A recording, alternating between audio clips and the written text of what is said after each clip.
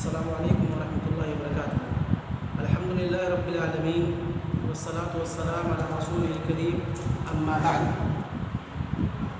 ونبدأ الكتاب ونأخذ اولا معنى الجرح في اللغة، ثم بعد ذلك ننتقل إلى التعديل.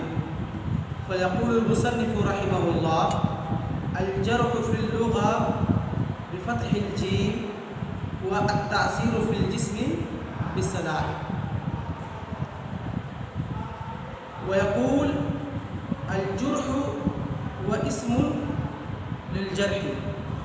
فالمصنف رحمه الله يفرق بين الجرح والجرح، فيقول الجرح، اردو میں پڑھائیں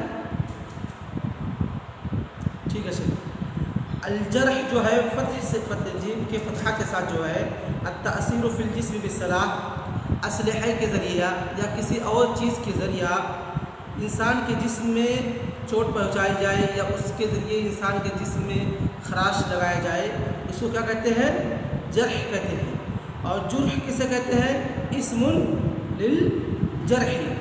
اور بعض فقہا کہتے ہیں کہ جرح اور جرح میں فرق یہ ہے کہ جرح جو ہوتا ہے وہ لوہے یا کوئی دھاردار چیز کے ذریعہ انسان کے جسم میں جس سے چوٹ پہنچائی جائے یا مارا جائے، جس کی وجہ سے اس کے جسم میں نشانات پڑ جاتے ہیں یا زخم ابھر آتے ہیں، تو اس کو کیا کہتے ہیں؟ جرح کہتے ہیں. اور کہتے ہیں جرح کسے کہتے ہیں؟ جرح کہتے ہیں کہ لوگوں کے عزت میں، ان کے اعراض میں، ان کی عزت میں زبان سے کوئی چیز کہی جائے جس سے ان کی عزت نفس کو چوٹ پہنچے، اس کو کیا کہتے ہیں؟ جرح کہتے ہیں. اس کے بعد جرح کی اصطلاحی تعریف: وصف الراوی فی عدالتہ او ضبطہ بما یقتضی تلہین روایتہ او تضعیفہا او ردہا، کہ راوی کی صفت بیان کی جائے، راوی کا ذکر کیا جائے اس کی عدالت میں اور اس کے ضبط میں، یعنی کہ ایسے راوی کا جب ذکر کیا جائے تو وہ ذکر اس کی عدالت سے ہو یا اس کے حفظ سے ہو، اور ایسی چیز اس کے عدالت اور حفظ کے بارے میں کہا جائے جس کی وجہ سے کبھی کبھی ایسا ہوتا ہے کہ ہم اس کی روایت کے اندر لین پیدا ہو جاتا ہے، اس کی روایت کے اندر کمزوری آ جاتی ہے. اور کبھی کبھی ایسا ہوتا ہے کہ ہم اس کی عدالت اور اس کے حفظ کے اندر بعض چیزیں جو پائی جاتی ہیں اس کو ذکر کرتے ہیں، ان کو بیان کرتے ہیں، تو اس سے ہوتا ہے کہ ہم اس کی روایت کو ہمیں رد کرنا پڑتا ہے. یا کبھی کبھی ایسا ہوتا ہے کہ ان تمام چیزوں کی وجہ سے جو بہت زیادہ پائی جاتی ہیں عدالت کے اندر یا ضبط کے اندر، تو ان کی بنا پر ہم اس کی روایت کو کیا کرتے ہیں؟ رد کرتے ہیں. کہتے ہیں فالموصوف بما یقتضی تلئین روایتہ والصدوق صحیح الحفظ، کہ ایسا راوی جس کے بارے میں ہم جس کی روایت کو لین قرار دے رہے ہیں، جس کی روایت کے اندر جس کو ہم لین راوی کہہ رہے ہیں، جس کی روایت کو ہم کمزور کہہ رہے ہیں، وہ راوی کون ہوگا؟ وہ راوی صدوق ہوگا لیکن صحیح الحفظ ہوگا، اس کی عدالت کے اندر کوئی کمی نہیں ہوگی، وہ سچا ہوگا، جھوٹا نہیں ہوگا، السالم من اسباب الفسق و خوارم المروءہ، ان تمام چیزوں سے وہ محفوظ ہوگا. لیکن مسئلہ کہاں ہے؟ مسئلہ یہاں پر ہے کہ اس کی قوت حافظہ میں کچھ خلل ہے، اس کا حافظہ بہت زیادہ مضبوط نہیں ہے. کوئی چیز حدیث یاد کرتا ہے لیکن ان حدیثوں کو وہ بہو اسی طریقے سے نہیں یاد کر کے رکھ پاتا ہے جس طریقے سے اس نے دوسرے لوگوں سے سنا ہوا ہے. تو کیا ہوتا ہے؟ اس کی بنا پر ہم کہتے ہیں کہ اس راوی کے اندر لین پائی جاتی ہے. یہ راوی کیا ہے؟ لین راوی ہے، جس کی بنا پر ہم اس کی روایت کو کیا کہتے ہیں؟ اس راوی کو کہتے ہیں کہ صدوق تو ہے لیکن صحیح الحفظ ہے. اور اس راوی کی روایت کو ہم یوں ہی نہ رد کریں گے اور نہ ہی یوں ہی قبول کریں گے، بلکہ کیا ہے، اگر یہ راوی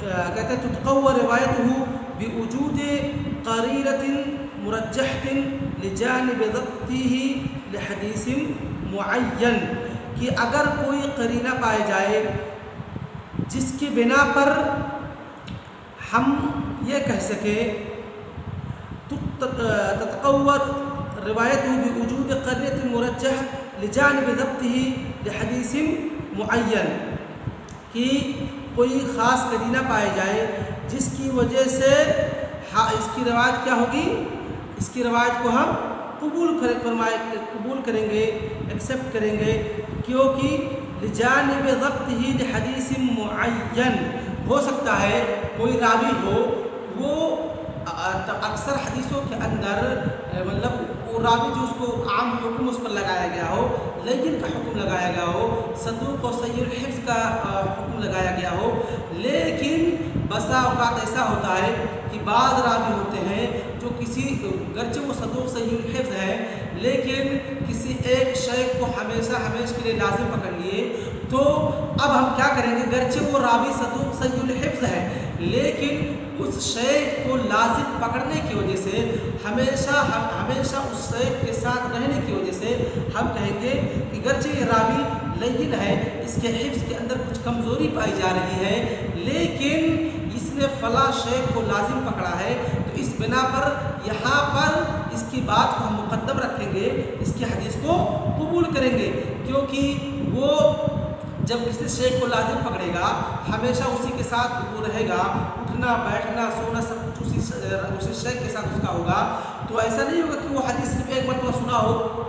صحیح الحفظ کا مسئلہ کیا ہے، ایک مرتبہ حدیث سنے پھر اب اس شے کو چھوڑ کر کے دوسرے شے کے پاس چلے گا حدیث کی علم لینے کے لیے۔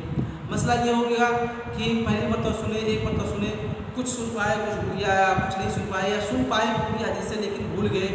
اب جو کوئی دوسرا راوی جو وہی راوی ہوگا لیکن کسی ایک شے کو لازم پکڑے رہے گا، بار بار اسی شے سے ایک حدیث سنتا رہا، 2 حدیثیں سنتا رہا، 10 حدیثیں سنتا رہا، تو کیا اس کو وہ حدیثیں یاد نہیں ہوں گی، گرچہ صحیح الحفظ ہے۔ جیسے ہم آپ لوگ دیکھتے ہیں بہت سے بچے کمزور ہوتے ہیں لیکن تسلسل برتنے کی وجہ سے، دوام برتنے کی وجہ سے کیا ہوتا ہے، وہ لڑکا کوئی ایک چیز پر دوام برتنے لگتا ہے تو اس کو ضبط کر لیتا ہے۔ اسی طریقے سے راوی جو ہے اس کی روایت کو اگر جو وہ صدوق ہے، صحیح الحفظ ہے، لیکن معین روایت کے اندر، خاص روایت کے اندر اس کی روایت کو قبول کیا جائے گا۔ تو یہ رہا مسئلہ تلئین بما یقتضی تلئین روایت ہی، کہ اس کے ضبط عدالت کے اندر تو کوئی خلل نہیں ہے، لیکن خلل کہاں تھا، اس کے ضبط کے اندر تھا، لیکن وہ خلل ضبط کے اندر دوسری وجہ سے دور ہو گیا، تو اب ہم اس کی روایت کو رد نہیں کریں گے بلکہ کیا کریں گے، قبول کریں گے۔ اس کے بعد دوسرے جملے کی طرف منتقل ہوتے ہیں۔ امام رحمہ اللہ کہتے ہیں او تضعیفہا، پھر فرماتے ہیں والموصوف بما یقتضی تضعیف روایتہ لا یخلو تضعیفہ من 3 حالات ہی، کہتے ہیں اگر کوئی راوی ہے ہم اس کی روایت کو تضعیف کر رہے ہیں، ہم اس کی روایت کو ضعیف کہہ رہے ہیں، تو کیا ہوگا، لازم ہے کہ وہ روایت 3 حالتوں میں سے کوئی ایک حالت ہوگی۔ پہلی حالت کیا ہے، ان یکون تضعیفا مطلقا فهذا لا تقبل معه روایت الراوی عند تفرده بها ولكن تتقوى بالمتابعة من مثله فترتقي الى حسن لغیرہ۔ پہلا کیا ہے، ان یکون تضعیفا مطلقا، کہ کیا ہو، وہ راوی کیا ہے، ضعیف مطلق ہے، یا وہ حدیث کیا ہے، ضعیف مطلق ہے۔ فهذا لا تقبل معه روایت الراوی، تو اس وقت ہم کسی بھی راوی کی روایت کو قبول نہیں کریں گے۔ اس کے تفرد کے وقت، اس کے انفرادیت کے وقت، جب وہ راوی اس روایت کو روایت کرنے میں منفرد ہے تو ہم اس وقت اس کی روایت کو قبول نہیں کریں گے۔ ولیکن تتقوى روایتہ بالمتابعۃ والشواهد بمثله، پھر اگر اس حدیث کی کوئی مطابعات یا کوئی شواہد اگر مل رہی ہے تو وہ روایت کیا ہوگی؟ ضعیف کے درجے سے اٹھ کر کے کہاں پہنچے گی؟ حسن لغیرہ تک۔ اس کے بعد الحالہ الثانیہ ان یکون تضعیفا مقیدا بالروایہ عن بعض الشیوخ او فی بعض البلدان او فی بعض الاوقات فیختص الضعف بما قید به دون سواه۔ کبھی کبھی کیا ہوتا ہے ان یکون تضعیفا مقیدا بالروایہ، کہ جو ضعف ہے راوی کا وہ مقید ہوتا ہے، خاص ہوتا ہے کسی شیخ کی وجہ سے، کسی شیخ کے ہاں۔ یعنی جب ہم ضرورت عادل پڑھتے ہیں تو پتہ چلتا ہے راوی کے بارے جب ہم دراسہ کرتے ہیں کہ فلاں راوی اگر فلاں شیخ سے حدیث روایت کرتا ہے تو ضعیف ہے، اسی کو مقید کہتے ہیں۔ یعنی تضعیف تقییدیہ کیا کہے، تضعیف مقید، یہ تضعیف کیا ہے؟ مقید ہے، خاص ہے۔ یعنی اگر یہ راوی فلاں شیخ سے روایت کرے گا تو ضعیف ہوگی، کیونکہ اس بنا پر کہ اس نے جب اس شیخ سے سنا ہو سکتا ہے وہ اس کا حافظہ بہت بڑا مضبوط نہ رہا ہو، وہ لکھنے والا راوی رہا ہو، ہمیشہ جو بھی چیز سنتا تھا تو فوراً لکھ لے رہا ہو، لیکن جب اس شیخ سے سنا اس کے بعد کاپی قلم نہیں تھے تو وہ لکھ نہ سکا۔ اور اسی طریقے سے فی بعض البلدان، بعض راوی کے بارے میں آتا ہے کہ فلاں راوی جب وہ اہل بصرہ سے روایت کرے گا تو ضعیف ہوگا، یا فلاں راوی جب یمنیوں سے روایت کرے گا تو ضعیف ہوگا، یا فلاں راوی وہ کوفیوں سے روایت کرے گا تو ضعیف ہوگا، لیکن وہی راوی جب مکیوں سے مدنیوں سے روایت کرے گا تب ثقہ ہوگا۔ تو یہ مقید بالروایہ۔ اور اسی طریقے سے او فی بعض الاوقات فیختص الضعف بما قید به دون سواه، تو وہاں پر ہم اس راوی کے تمام احادیث کو ضعیف نہیں کریں گے، بلکہ جس شیخ سے یا جس شہر سے اس کو مقید کر کے رکھا گیا ہے، اس کو خاص کر کے رکھا گیا ہے کہ فلاں شیخ سے یا فلاں شیخ سے وہ روایت کرے گا تب ضعیف اس کی روایت ہوگی، لیکن اس کے علاوہ دیگر اور شیوخ سے روایت کرے گا تو اس کی روایت صحیح ہوگی۔ اور اسی طریقے سے بلدان کا، شہروں کا مسئلہ ہے کہ فلاں شہر والوں سے روایت کرے گا تو اس کی روایت ثقہ ہوگی اور اس کی روایت صحیح ہوگی، اور فلاں شہر والوں سے روایت کرے گا تو اس کی روایت صحیح نہیں ہوگی۔ آج کا درس ہم اسی پر اکتفا کرتے ہیں۔ وصلی اللہ علی نبینا محمد وعلی آلہ وصحبہ اجمعین۔ السلام علیکم ورحمۃ اللہ وبرکاتہ۔